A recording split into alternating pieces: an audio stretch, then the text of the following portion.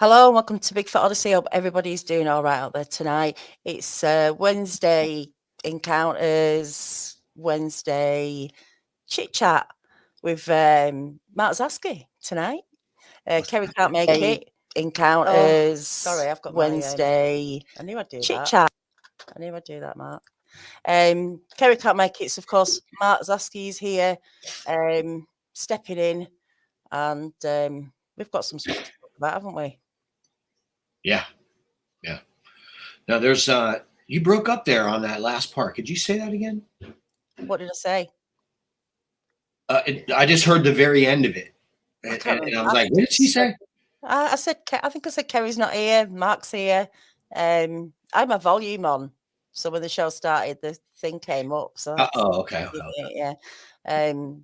Yeah, he's out in the field, man, and he's got a lot going on. So, but we're gonna do fine tonight. We're gonna do fine. We are. Mark's gonna answer any questions you've got for equipment that he's got, the stuff that he's been doing. What have you got? What have you been doing recently? Have you been out? Well, with the situation with Kerry on the live, when he was down here, I put a pause on that entire area. And the reason is he's coming back. So I don't, when we have situations like that, I always stop and then consider, what we're planning to do. So he's definitely coming back here in like 3 weeks or so, and we're going to shoot all kinds of stuff. The deal this time, though, is we have a bunch of new equipment. So what we're going to try to accomplish and what we do accomplish are obviously going to be two different things. But in the end, we're trying to go live through the thermal. Yeah. So that this time when we're in position and all of that stuff happens, the viewers will get a chance to see what we're seeing through the thermal. And I think that is probably going to be very difficult to accomplish given where we're trying to do it. But, Kerry mentioned having a couple of different cards, Wi-Fi cards, and the ability to stream, and the device can do it. So, it's like one of those things where, when you take a device in there that has to link to another device, like the drone has to link to the iPad. It has to play it through the phone or whatever you're streaming through, from one thing to another to stream. So there's a bit of stuff going on there, isn't it, to make that connection? Well, with the drone, you're flying it via a remote control, but the eyes of the drone are the iPad. Yeah. It's coming directly from the camera. And so what I've noticed from using devices in these areas is it's not all cut and dry the way they explain it to you in the manual, right? Like the drones are supposed to get up to, 3 miles in some of these instances, and you can fly it and see what's going on miles away. But when you go in these research environments, all bets are off. You fly around the forest within a certain amount of feet and you start losing signal on the iPad. You go a little bit too high in the area and you'll lose signal completely, and the drone will start falling out of the sky. So there's anomalous stuff going on with connections in this area for sure. Anything that has to do with Bluetoothing, you run into all kinds of problems in this spot. But the good news is the device streams directly from the device. So we won't have to rely on streaming from the iPad. It has Wi-Fi and will stream directly from the device. So I think an uplink directly from the device may work differently than just streaming, through the iPad or through the phone and going through that Wi-Fi. So we'll see though. But that whole thing is, we're dealing with a spot where, like, when you pull up, it's like a circumference. It's like a cul-de-sac. And there's a pile or a hill on one side of it. And so when you make your U-turn to get the truck facing so you can leave quickly if you have to, you point the truck in the right direction, and the hill is right there on the passenger side of the truck. You're about 20 feet from that hill. But what's on the other side of it? And it's only about 6 feet high. So you can literally see over it if you're looking like this. Even from the bed of Kerry's truck, you can look and you can see over it. The problem isn't that you can't go in there. The problem is that you're hearing things running around in there really close, and it sounds like ape men, like running around right there in front of you, and it's in the pitch black. You know what I mean? So wanting to, or having the desire to go over the hill and into there is it's very difficult. You know what I mean? Because you actively hear the creatures moving all in there. And so our goal is to work up to that. If we get a situation where we have these creatures around us again, like we did on that live, on that second night, it was incredible. The first night they were there, they weren't as brazen. The second night, they went after the truck, man. I mean, come on, you know?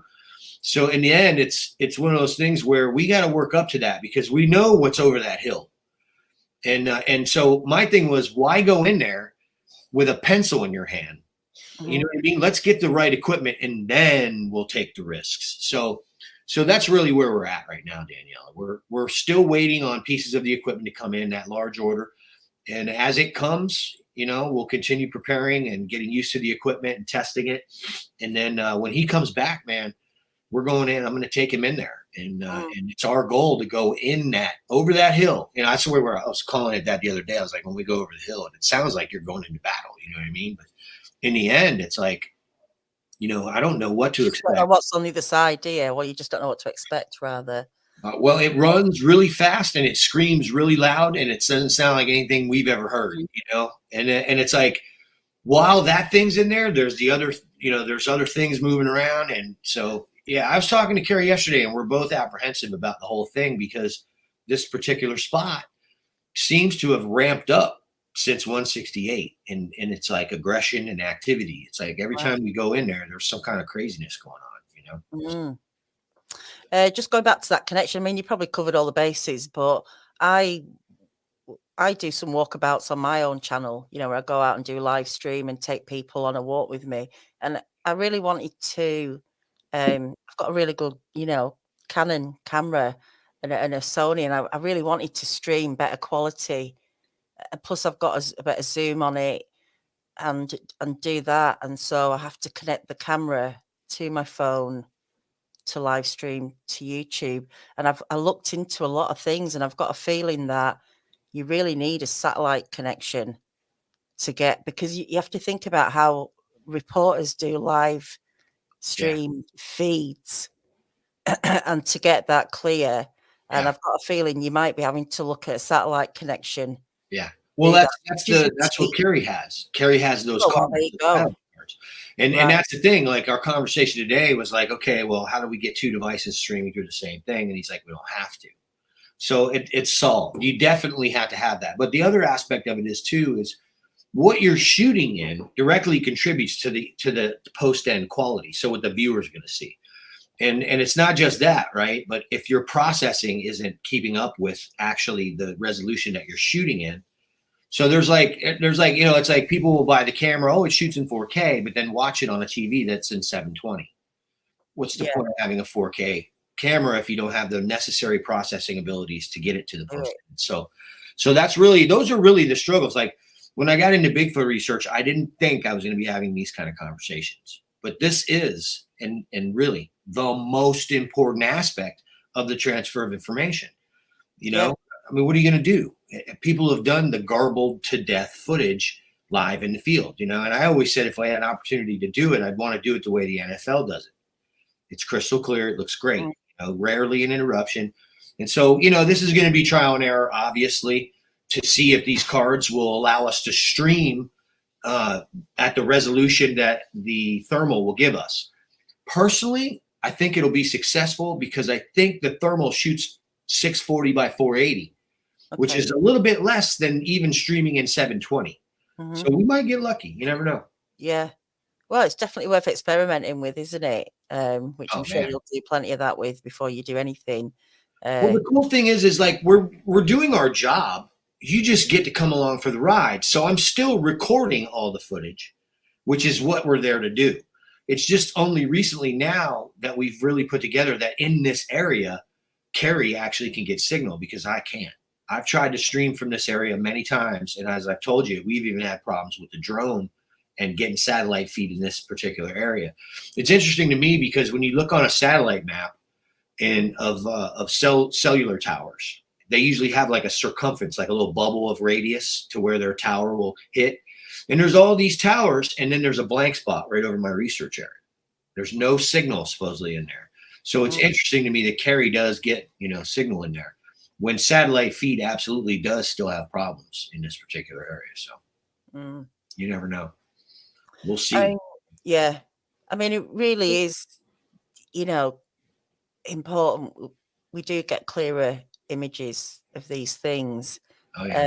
Not because, they're not out there, that they're not out there and we're just looking at blurry images, which a lot of the time, like you say, it's really hard to translate what you're seeing onto onto a screen and get a clear picture. But to really, move this subject forward, that the clearer the pictures we get, the more people are going to take interest or at least start to really think that, that isn't pareidolia. That's, I can actually see what that is there instead of having it pointed out. You see them in the flesh and you kind of maybe now got an idea of what you're looking for when you're scanning for these things. But for someone who's never seen one in the flesh, it's really hard to see what you're looking at. And that's that's just the way it is. I mean, there's no, so to be able to, step it up a notch and really have a clear image of these things would be amazing, Yeah. Well, I mean, it's like tantamount to pointing at a pile of rocks and saying there's a rock monster. You know what I mean? Like people go, what? And they look over there and there's two eyes opening or whatever, but it's like they've never seen anything like this. And it's like Patty isn't getting it done. Trust me. Patty's not getting it done. That's like one particular look. And that'd be like trying to judge the human race off seeing one person. Well, everybody looks different. You know what I mean? And it's the same as this, but in exaggerative ways where, you look at some of like, what I've seen and like in the drawings that I have and in all our films, and it's not something that is easily recognizable. And that's just the bone structure. Then you throw in the adaptations that they have for the environments where the hair blends in and you can see through this and this and that, and they're changing colors as they move with the sunlight blending in and all this stuff. And it's just a recipe for disaster. And I can tell you, even when you do have clear shots, and we have plenty of clear shots, it doesn't necessarily matter if the person isn't educated in relic hominoid bone structure, which is the most similar bone structure to what we're dealing with. You know what I mean? So it's just one of those things where, even when you're standing there with 7 years experience and having seen a bunch of these creatures in the flesh, it still takes a few seconds for cognition when they're there. You know what I mean? It's like, so even after 7 years and reviewed more footage than anybody I've ever seen and looking at, what's going on and all of our experience in the field, I struggle seeing them, So this is just what it is, man, Oh, yeah. I mean, it is, I realize that. But like I say, to really, party footage, so rare, unique experience to even see these things out in the open like that. I mean, the chances of you catching something like that, but I mean, especially in the area that you're in, finding a clearing and that timing and all that. I mean, it's just, you can't plan it, so, it's just interesting. I mean, have you ever thought about sending in, like, you see these, remote control sort of like toy cars or whatever with a camera on it and sending stuff like that in? Have you ever done anything like that or that kind of thing?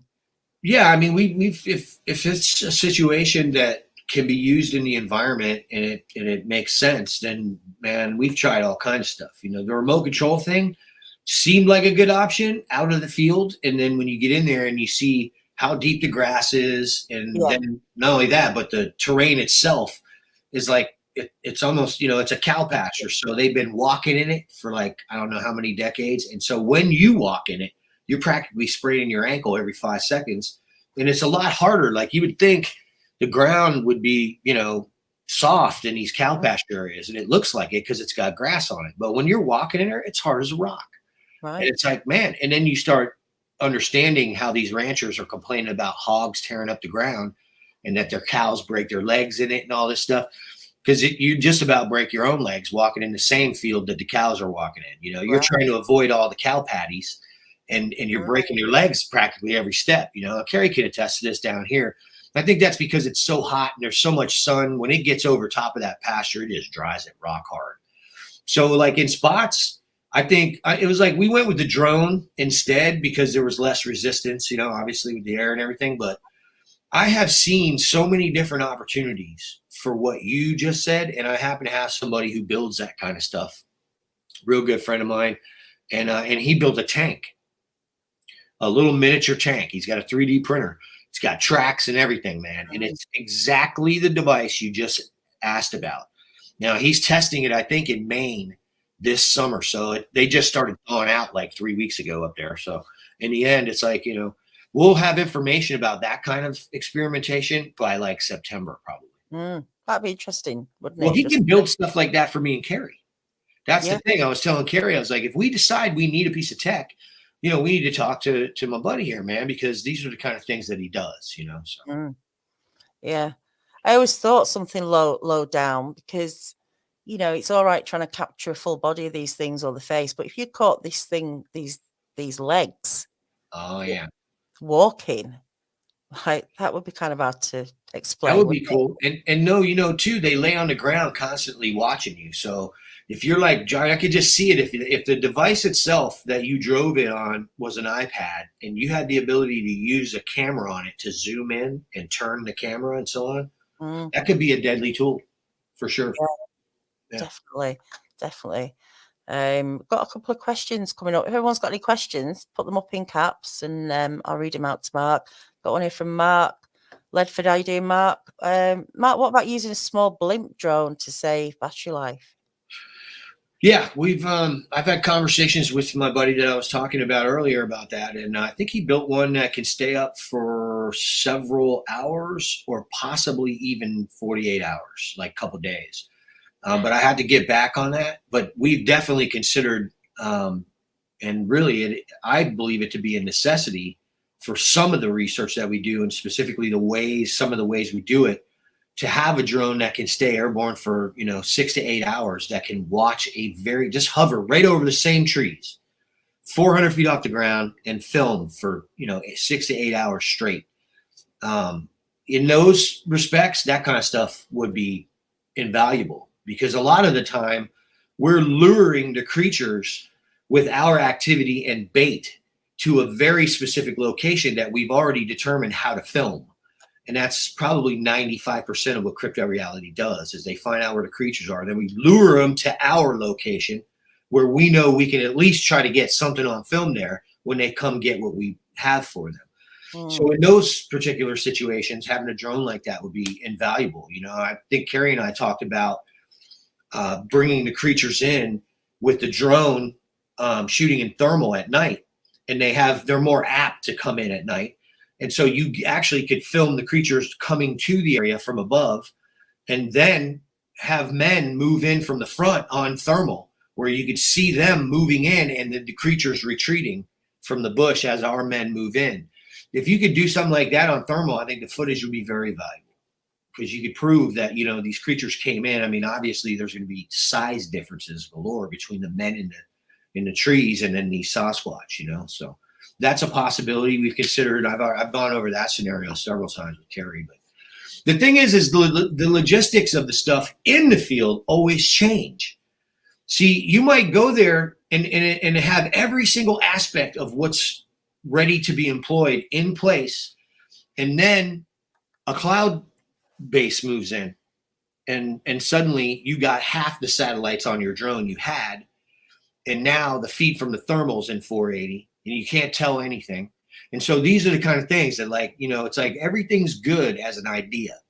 But when you bring it out there in the organic environment and you get out of the car at 7:30 in the morning and there's a 22-degree temperature difference and your lens fogs out and your camera shuts off because moisture and condensation just hit the circuit board, and there's Bigfoot running around everywhere screaming and you can't do anything about it. It's like there's always a difference between hitting your boots on the ground and what the technology does and what you can do with the technology than what it says on the box, believe me, or in the idea segment. You know what I mean? Yeah. Yeah. Well, I mean, this is like, there's no guidebook for this, how to film a Sasquatch. It's just not out there, is it? So Yeah.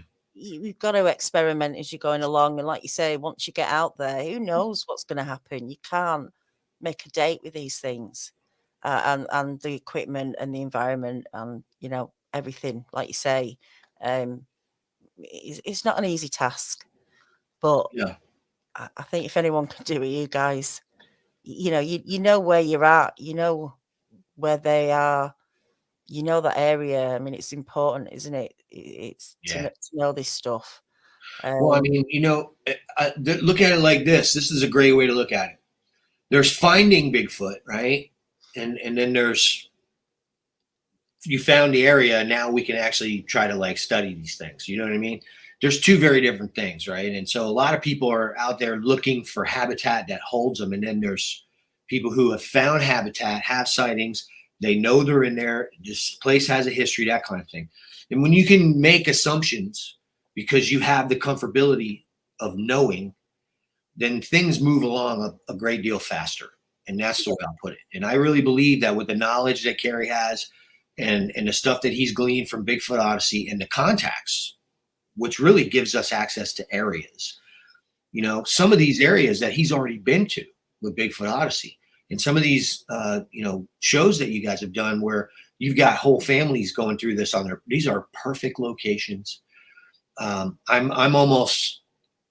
very sure that we're not going to run into the same interference and harassment that we've been running into because it's private property. So I think that, this is the direction that Carrie and I need to go with this, because just eliminating the entire management aspect of what crypto reality goes through in its research is like 75% of like the problems.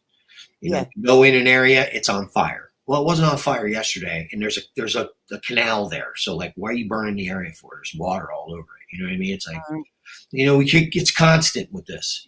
So yeah, I look at it and it's like, man, we're choosing the tech carefully. He spent a great deal of time ironing out areas as well as crypto realities areas, and people are starting to pop up now. People are getting wind. I look at it like, if there was an opportunity using a formula that's been used before, this is it. Because the one thing that's different is we have the 7 years of formula, chasing. So we have that. It's like crypto reality. We've done the work, man. I mean, you're looking at, I can show you like 250 films with the exact same tree line in it, because we're monitoring the same tree line. Like, this is how it's done, man. We're watching intently. You know what I mean? And so when we take this skill set and the information that we've gleaned from that into these private areas where you may have Bigfoot that haven't gone through the management program and haven't had their areas burned and haven't been traumatized by development, I don't know what it's like to deal with creatures and personalities that are normal. We're dealing with maniacs down here. Their houses have been burned, their area has been trashed, everything's been stolen from them. They're aggressive. Some of the stuff that Carrie tells me seems like some of these creatures on these properties are trying to make contact with the homeowners, not aggressively, but just, hey, we're here if you got any extra food, you know what I mean, or something like that. I mean, it's just like blatant standing there, like, trying to let somebody know that we're here too. It's strange, the stories he's telling me, man. So I can't wait to get in there. I think you're right about the private land thing.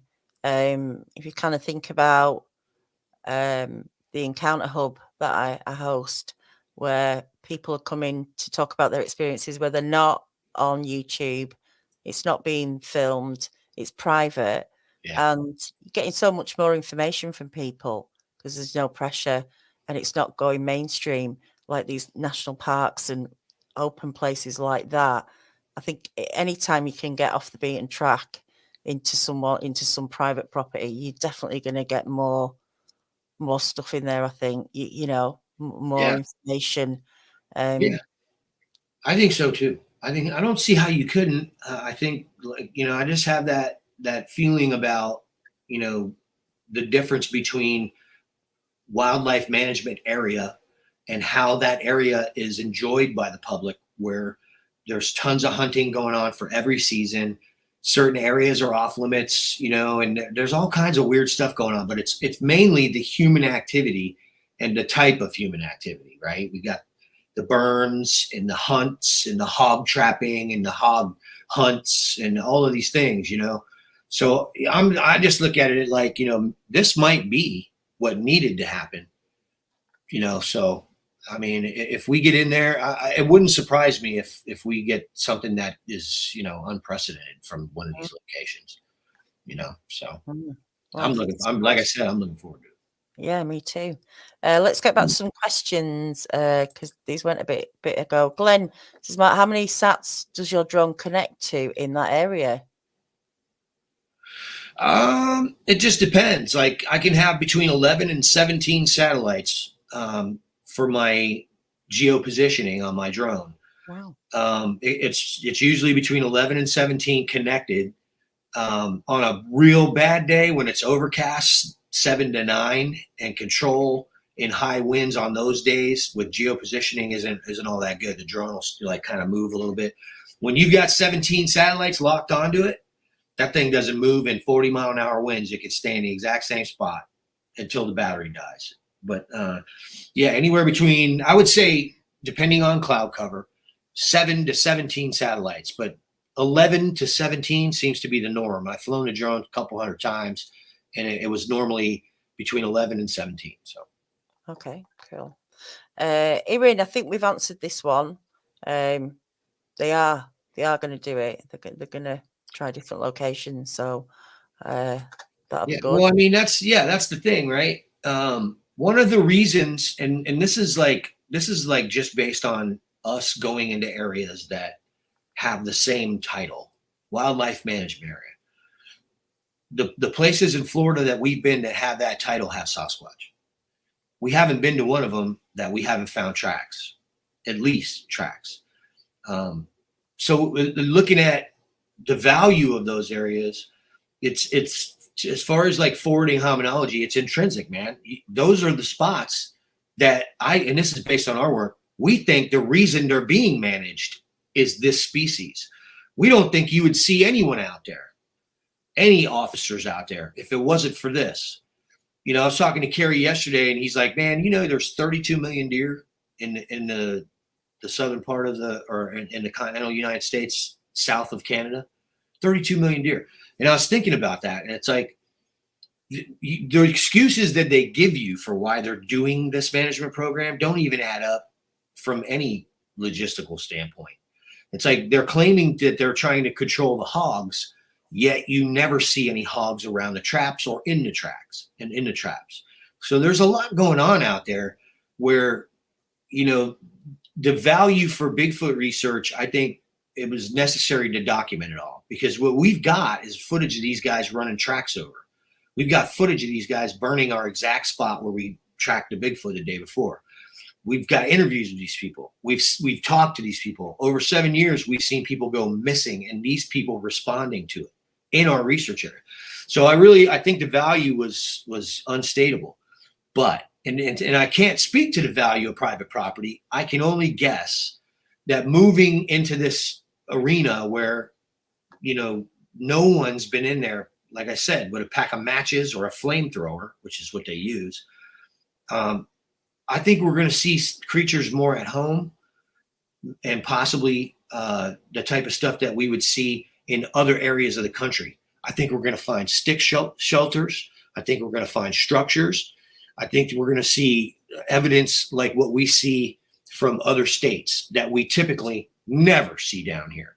What we see is like a temporary attitude. It's not, let's build a stick structure because we're here all the time. And you know what I mean? So I'm looking forward to that, because moving on that in those areas, I honestly predicting now that there's going to be structures on private property. I'm saying it publicly. This is one of my predictions, that the management areas and the management plan gets rid of their ability to do that, because they have to be transient within the area. So they can't leave permanent signs. Whereas on private property, I'm predicting we're going to see permanent sign. What do you think these signs are then? If you think the signs, I mean, what do you think? I think it's what everybody else has documented. And I think we're going to walk, basically, we're going to walk into, an area where it's going to look like a bunch of, nature construction workers have been in there bending trees down, putting X's everywhere. There's going to be a teepee somewhere, possibly, some igloo shaped structures on the sides. I mean, these are the kind of things that have been documented all over the country. The difference is I'm going in. And so with the understanding that they don't build these things because they want to leave them behind as pieces of art, like so many people have suggested. These are practical use structures.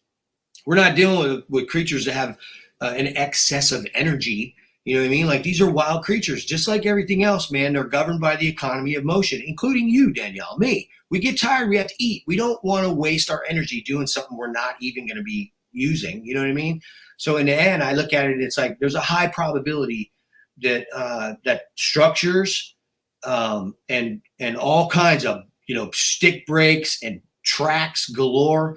I don't, on a private piece of property, they may not be as sneaky as they are in a management area, knowing full well that the swamp buggies come down this trail and dudes with flamethrowers are like spitting fire into the forest.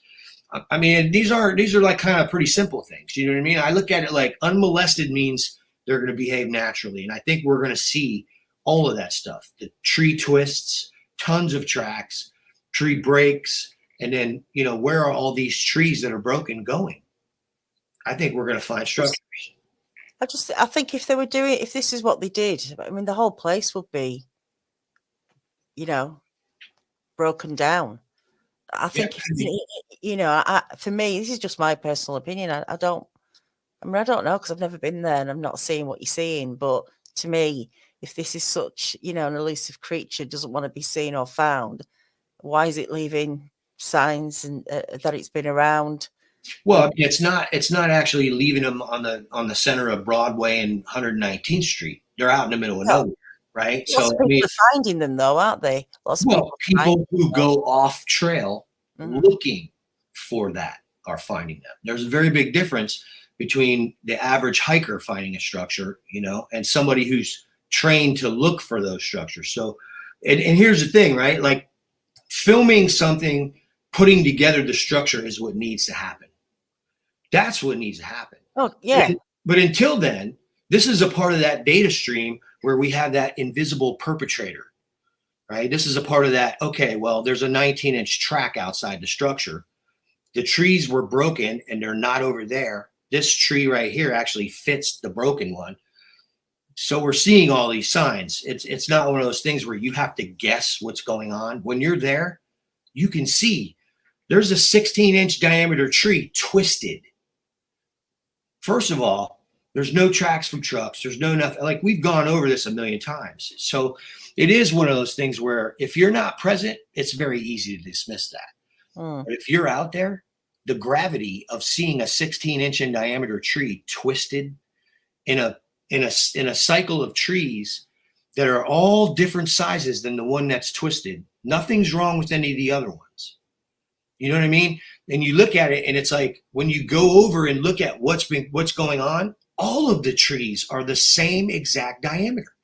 I found structures in things going on in the woods where they're choosing the size. Somebody is choosing the size of these trees. And like where the saplings are being stripped and the bark's laying on the ground and all the sap expulsions are gone that are boiled off from the forest fire. And looking at that, you can walk through that area and there wasn't out of maybe like close to 100 saplings in a 1,000-foot square area that was burned. We found 100 of them, and they were all, there wasn't one that was stripped that was above or the larger diameter than the trees that were. It's like I was talking to somebody earlier. Was that you who said that about the natural world and nature and all that stuff? And somebody told me earlier about it was Carrie. I was talking with Carrie about their ability to understand the medicinal value of plants, and how Native Americans, being a part of the environment, more symbiotic, it's just like you naturally gravitate towards that. If you're not distracted, like we're distracted by doctors and pharmacy. But in the end, Ayurveda exists. Natural plant homeopathy exists. Natural plant remedy exists. And it's the oldest form of medicine. So in looking at it, do these creatures gravitate towards plant species in that way too? These are all the types of questions that we'd like to answer, man. And in looking at it, you can see the choices that they make when you're in the environment. There is, like, I'm assuming based on what I've read that was written by scientists, that these saplings were stripped because the sap expulsions tasted like candy. The pine sap literally can be cooked down and it gets sweeter. It's like maple syrup, they boil it down and it gets sweeter. And in the end, the only ones that were stripped were viable ones. So if I go into a conversation and I say, yeah, I found a bunch of stripped saplings on a Bigfoot show, that's not going to carry the same weight as what I'm seeing and what I understand. Even if I explain it, it's still not going to. So there's always going to be that disconnect. And that's clearly what you actually were just going through. When you just said that, it's like you explain it. There's like, it's not the same thing for me. And there's no way we can replace that. You're still, it's like we can take you along with us and we can shoot live footage, but there's no experience like being at the game on the 50-yard line. There's nothing you could do about it, That's for a lot of people, not just me. I mean, especially me, because I'm over, 4,000 miles away, however many.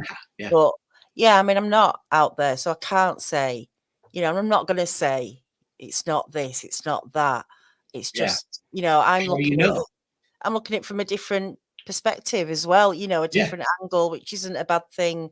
For me, it always comes down to logic. Why? The why. I know. And so it's really hard to, imagine this thing because I can't, I've never seen it. I've never seen those things. Going back to the medicine thing, my dog will eat grass, go straight to grass when it just knows. No one told it. They just know. It knows if I do this, I'm going to throw up. Yeah. It's weird, isn't it? It's true though.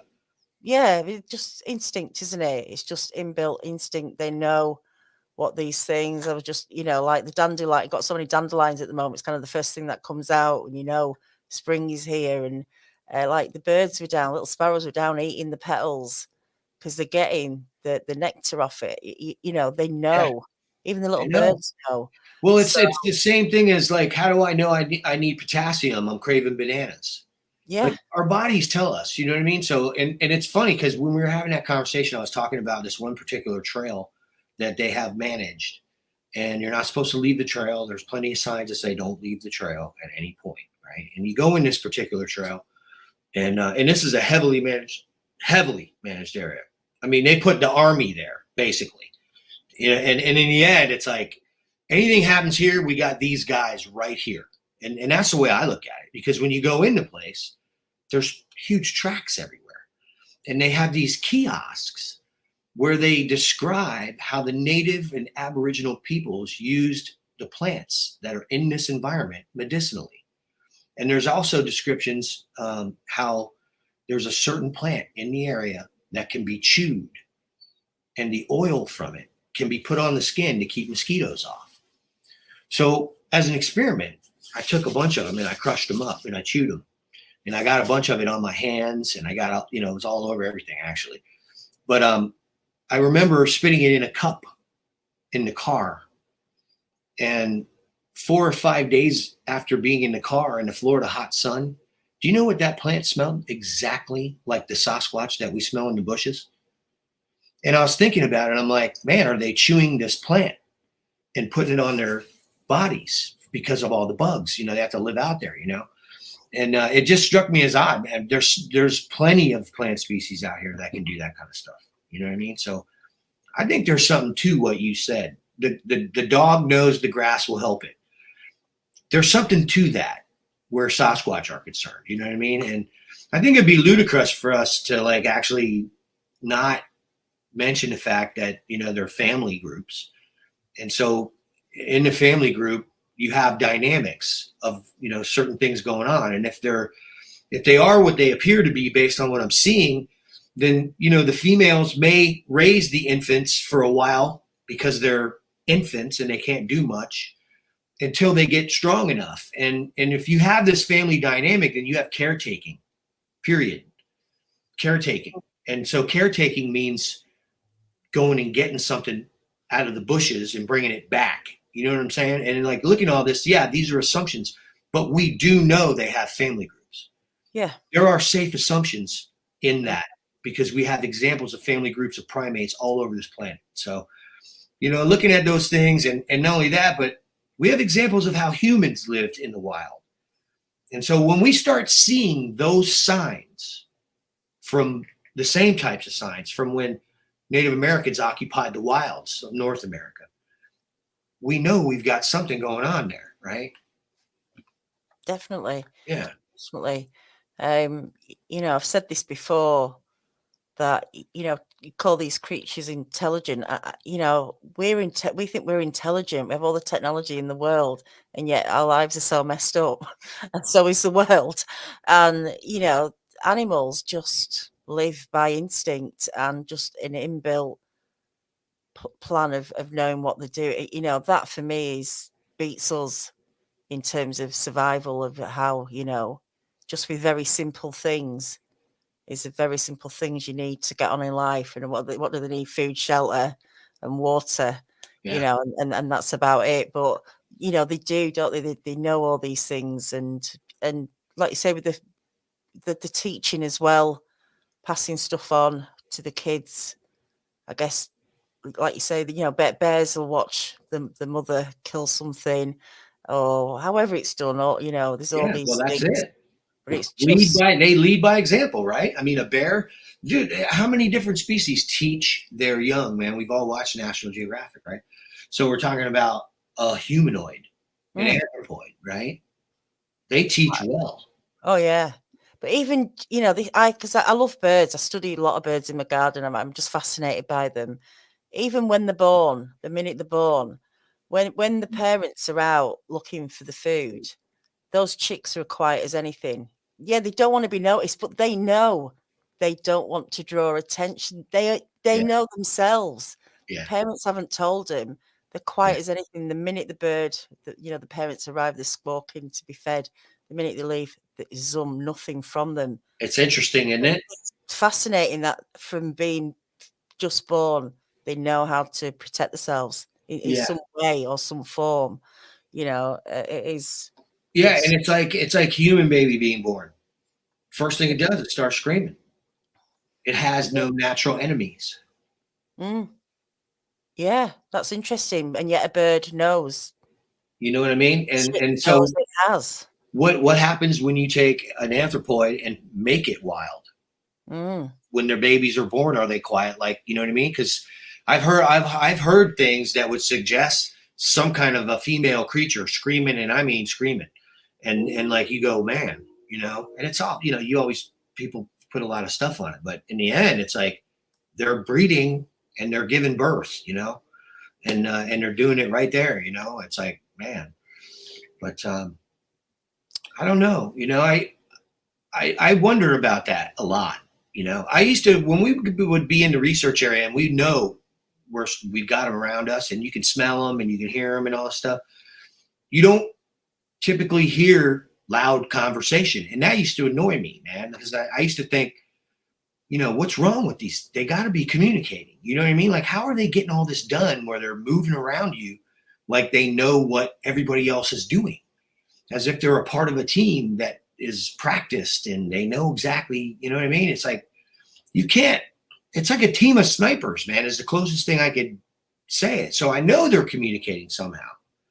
And then when we put the headphones on and you hear all the enunciation and, it's like that breathy kind of communication, under the breath kind of thing. And it's like, suddenly you realize, these guys are, really sneaky and they're being sneaky intentionally, and they know we're here and they're approaching us in a sneaky manner, whispering, so they're not heard or noticed. And you take the headphones off and you can barely hear anything Mm. moving towards you. You don't hear any voices. Put the headphones back on, and Carrie and I are listening to a conversation 25 feet away. You know what I mean? And it's funny because for me, it's like my brain says, how many times have I been in here and they've had conversations while they watched me? Is it every time? 400? You know what I mean? Because we've been in there so many times. And so making assumptions in the future based off of that with recording equipment. This is what we're getting ready to do. That has never been tested. Like, we've been in there all those times. Have they been talking the whole time under their breath? We need sensitive listening equipment.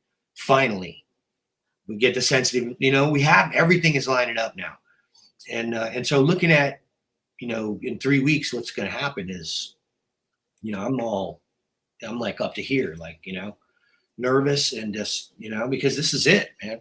The other aspect of what's going on and what we're doing is there's a lot of logistics with setting this thing up so that we can do it. And so we've been going over hashing out how we're going to do this thing. Right? You know what I mean? Because what we want to do is give everybody as much access to the content as we can, but still be able to afford to do another episode. And we're finding out that these travel shows are going to be very expensive. So we're weighing how we're going to do all of this. I do think that it's going to end up being a rental, because in the end, we have to be able to fund the next show. And this isn't television where we have advertisers calling us, trying to throw money at us for antacid, you know what I mean? Or pharmaceuticals, We know you're crazy now from watching this. Here's an antipsychotic. Yeah. You know what I mean? So it's like we don't have that luxury. So we have to fund this and keep it going. We don't want this to be a one shot. We want to be able to continue going and build an evidence catalog that stands on top of what Crypto Reality's already done, and advance it even further and take it to where everybody needs it to be, to begin to understand realistically what's going on here, man. And I think that in doing that, I know for a fact that Carrie and I both want to make sure that everybody has access to as much of the content as we can. But I'm telling you right now, the only way we're going to be able to get this done is if we are able to charge for an episode to fund the next one. Mm-hmm. So we're weighing all of our possibilities, and that's where we're at now is starting to come up with the formula for how we're going to get the truth of all this to the public in a way that's consistent, and all of the devices can be used to do it. And sites and all that, YouTube and all these considerations. So we're working on that now, and we'll be making some announcements as we move forward. But I did want to go ahead and let everybody know that there's really no way around that. If we want to do this more than one time, we have to have reoccurring funding for this. That's how it's done, period.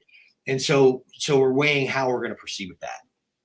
I think if you have enough, if you're going to get the stuff you're talking about now, and I'm sure you're going to share stuff for everybody to see, and examples of what you're going to get.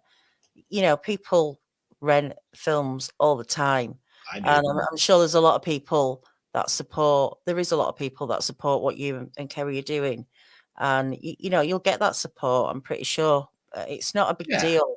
I think talking money really kind of spoils things, because it's not about the money, but actually it is, because you'll never really make up for the amount of money you've put into doing what you're doing. It's even to think you're making money, but to keep things going, you need it. We have to do that. Yeah. So I have to go to work and keep the money coming in. If I could just do this all the time and live off it, it's not going to happen. But money's important. It's not, but I wouldn't worry about that. Well, I know you're not worried about it, but people will support you. And if you're showing the stuff that you're getting, people that's the thing. Like, I look at it like this, this is an opportunity to, obviously we're going to do an exciting, we're going to try to do it as exciting as possible. You know what I mean? I mean, the thing about Carrie and I is we both want it to be blatantly transparent, that it doesn't turn out the way that these other shows have turned out, because we're putting a show together, point blank.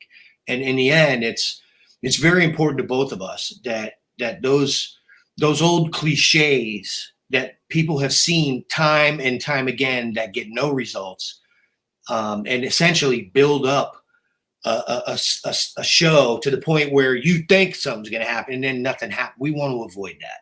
We want to avoid that like the plague. You're going to get real with this. Carrie's going to film how I do what I do.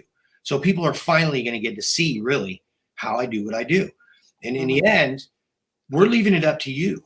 And that's, I think, the good part. The good part is I'm not responsible for what you think about what we're doing. In the end, we're doing it and you're seeing how it's done. And here's the results. This is what they should have did and should have done 20 years ago when the Bigfoot show started on television. Actual research while they're in the place instead of just walking around on trails and acting dramatic. In the end, this is what's going to happen. We're going to start showing you what's disturbing the property. Yeah. Texas Jack makes a good point. If you build it, they will come. And that's kind of what I'm saying. You know, it is what I'm saying. You'll get that support because it's a journey, this as well, isn't it? It's being part of something that people are trying to do, and it's a struggle. But you know, you need that equipment, you need that technology, and you're getting it. And finally, want to see it. Finally, yeah. I mean, you know, I gotta thank Rick, man.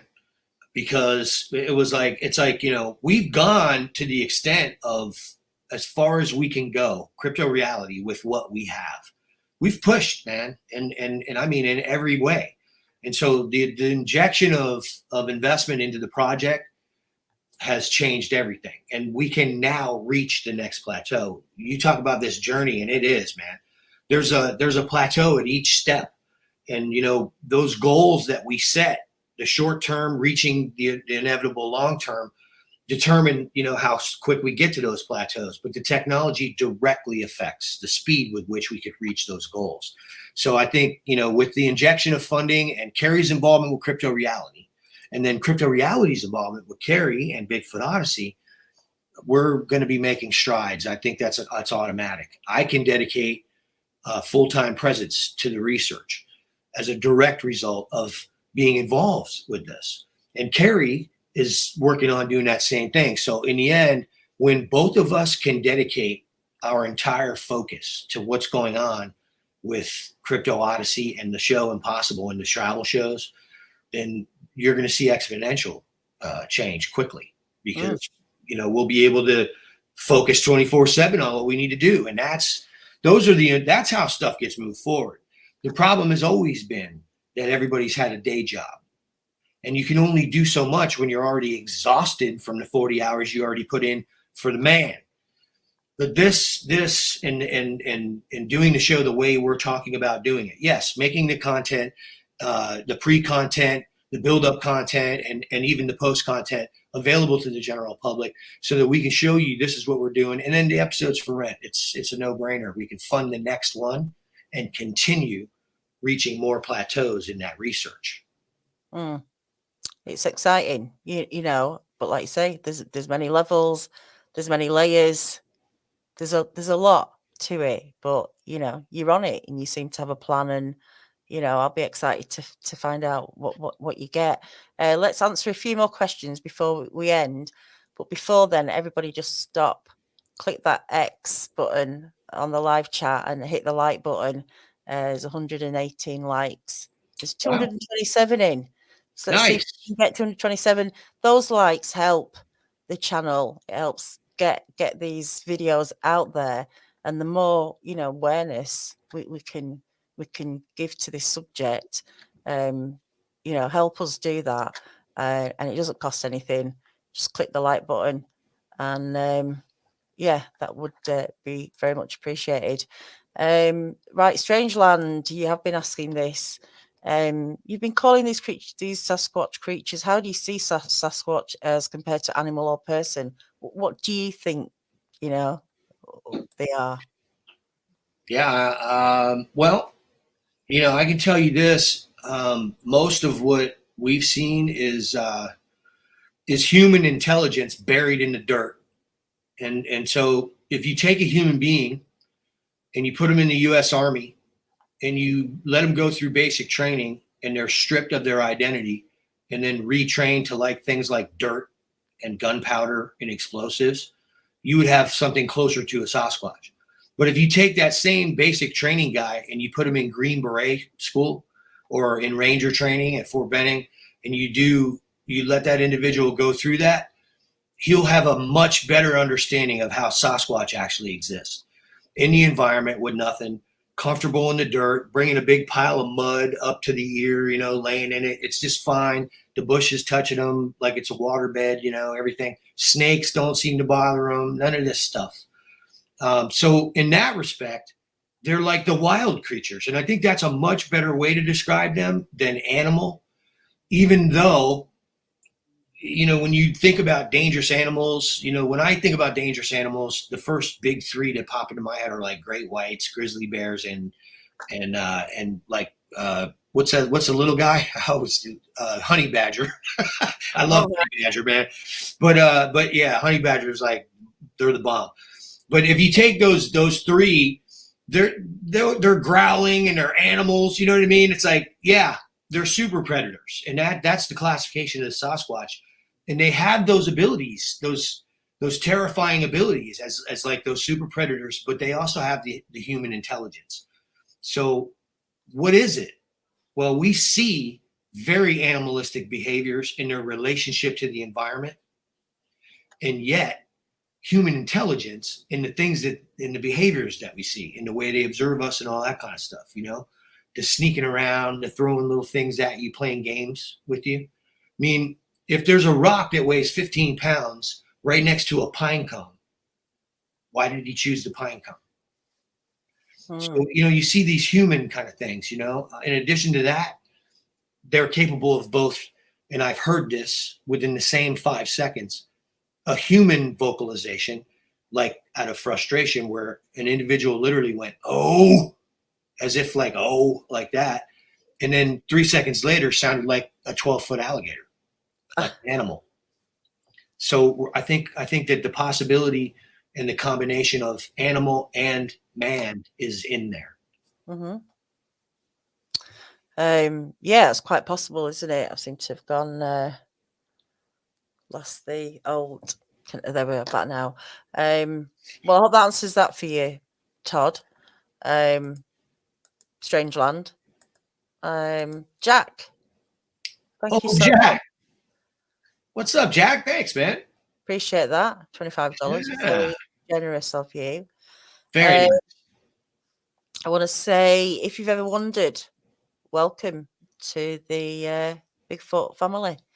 I think we've come to the end of the hour. We've done really well, I think, tonight. Oh yeah, we did. We didn't get all the questions in. I'm sorry, but save them for next time. Save them for next time. We'll have another question answer night, and if you can answer them, it's fun trying, isn't it? To try it. Well, hey, so far there are questions that we have experience in, so I can give you an answer. I can tell you this. I'm not going to try to tell you something I don't know anything about. I wouldn't do that. I know enough to know what I don't know, and that's, I think, really important when it comes to research. Yeah, definitely. That's what we all want, isn't it? Just well, I've always said this with Kerry as well. Kerry for me has always been very transparent. He's just like open book. Literally, people who don't know him, who've never met him. I mean, I've never personally met him, but I've spoke to him a lot. And Kerry literally does wear his heart on his sleeve. He's so transparent. People don't realise what you see is what you get. He doesn't, he's very, if I say just don't say anything, he won't even, he'll say it because he just doesn't think, that's not a bad thing at all. But transparency is really important. It is. People are sick of seeing these, little clips of, Squatch, Blob, Bush, whatever. I mean, maybe there is something there, but we've done that. We have to raise the bar because we're not getting anywhere. And I'm not trying to put anybody out of their research and what they do. Everything's important. But really to move this, I hate the term push the ball down the field, but it's kind of something like that where, everybody wants it. Everybody wants to see more of this thing. So, you've got a lot of support anyway, I think. I think so too. I know that, you know. Yeah. Definitely. So guys, thanks for being here tonight. I think Kerry will be here on Friday for the late show. And I've got Encounter Hub tomorrow night. If anybody wants to join me, send me an email, daniela@hiddenexistence.com, and I'll send you a link to join us. It'll start 5 p.m. Central tomorrow night for a couple of hours. So yeah, drop me a line and I'll send you a link. And then we got the late show, 10 o'clock Friday night. That should be a good one too. Is it 10 o'clock? Yeah, it's 10 o'clock. Yeah. I always have to. It's 3 o'clock in the morning over here. It's like weird how they. Right now it's 3 o'clock. No, not now, but the late show starts at 3 o'clock. Oh, okay. I set all the schedules up, so I have to work out. Yeah, I was going to say. Well, what time is it now in England? It's 2 o'clock. It's 2 o'clock in the morning. It's 2 a.m. Please get some rest. I'm going to go. I'm going to go now to bed. Thanks for going, guys. We'll see you next week. Thanks, everyone. See you next week. Bye-bye.